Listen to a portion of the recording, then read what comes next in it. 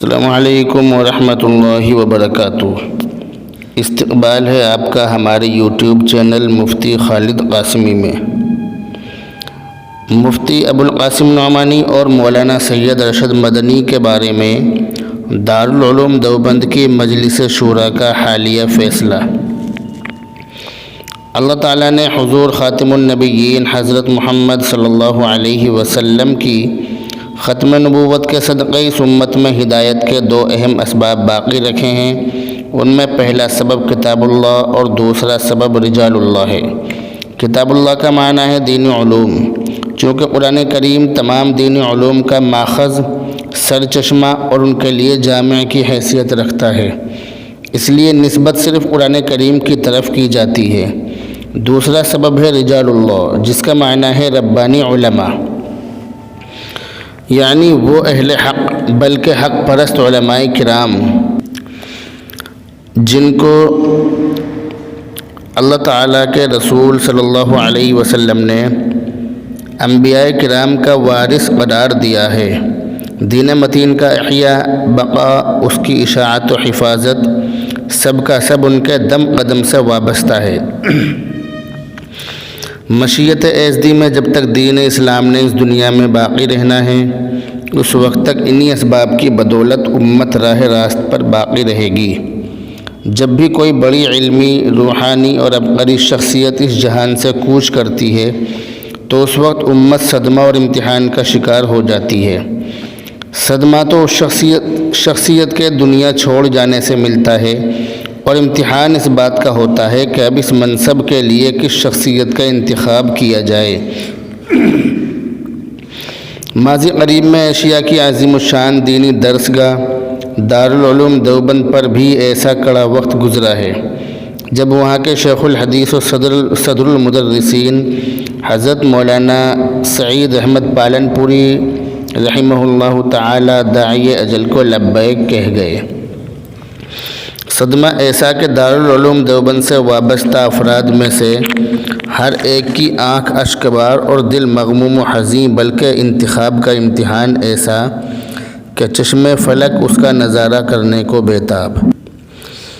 جانے والے کے بعد آنے والے جانشین میں وہی صلاحیت، ویسی ہی فہم و ذکا، استعداد، زہد و تقوی، علم میں رسوخ، عمل میں استقامت، نیت میں اخلاص، حالات پر گہری نظر، محققانہ مزاج، مدبرانہ سوچ اور محکمانہ قوت فیصلہ درکار ہے، تاکہ جانے والے جہاں کام چھوڑا تھا آنے والا وہیں سے کام کو شروع کرے۔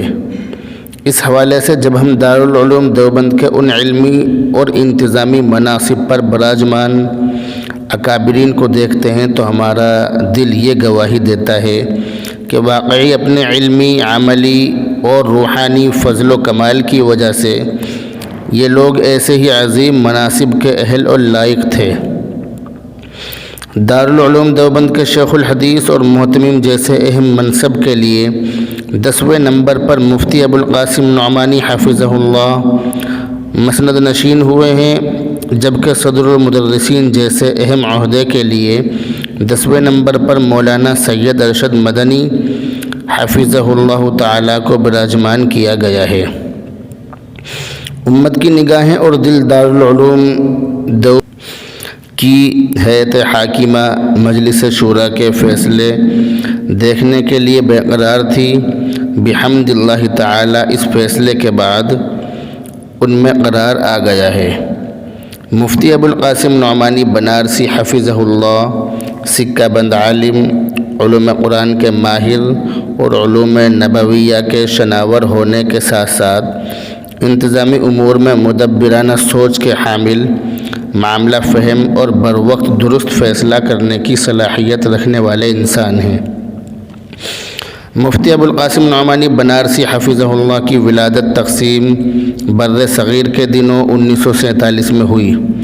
آپ کا شمار علامہ فخر الدین مراد آبادی کے زمانے کے لائق ترین شاگردوں میں ہوتا ہے۔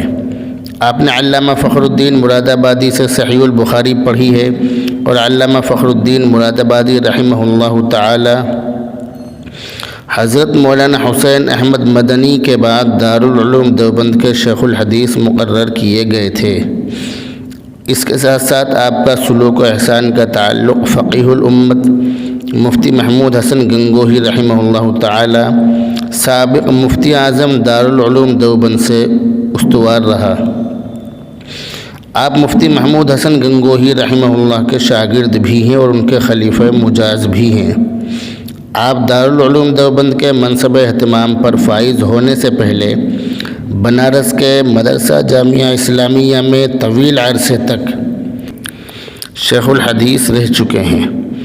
جہاں تک بات کی جائے صدر المدرسین کی تو اس کے لیے دارالعلوم دیوبند کی مجلس شورا نے جس نام پر اتفاق کیا ہے وہ نام ہے جمعیت علماء ہند کے صدر حضرت مولانا سید ارشد مدنی حفظہ اللہ تعالی کا۔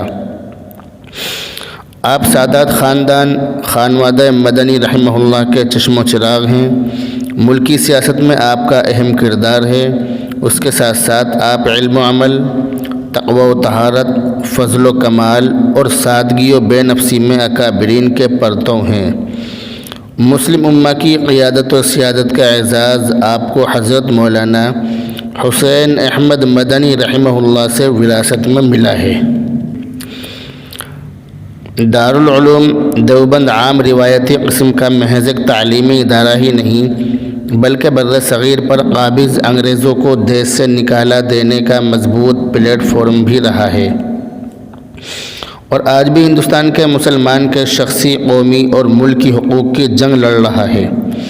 ایسے وقت میں وہاں کے مسلمانوں کو ایک ایسے عظیم مذہبی اور سیاسی رہبر کی ضرورت ہے جو سیاست اور مذہب دونوں کا جامع ہو، مذہب و سیاست کے تقاضوں کو سمجھ بھی سکتا ہو اور پورا بھی کر سکتا ہو۔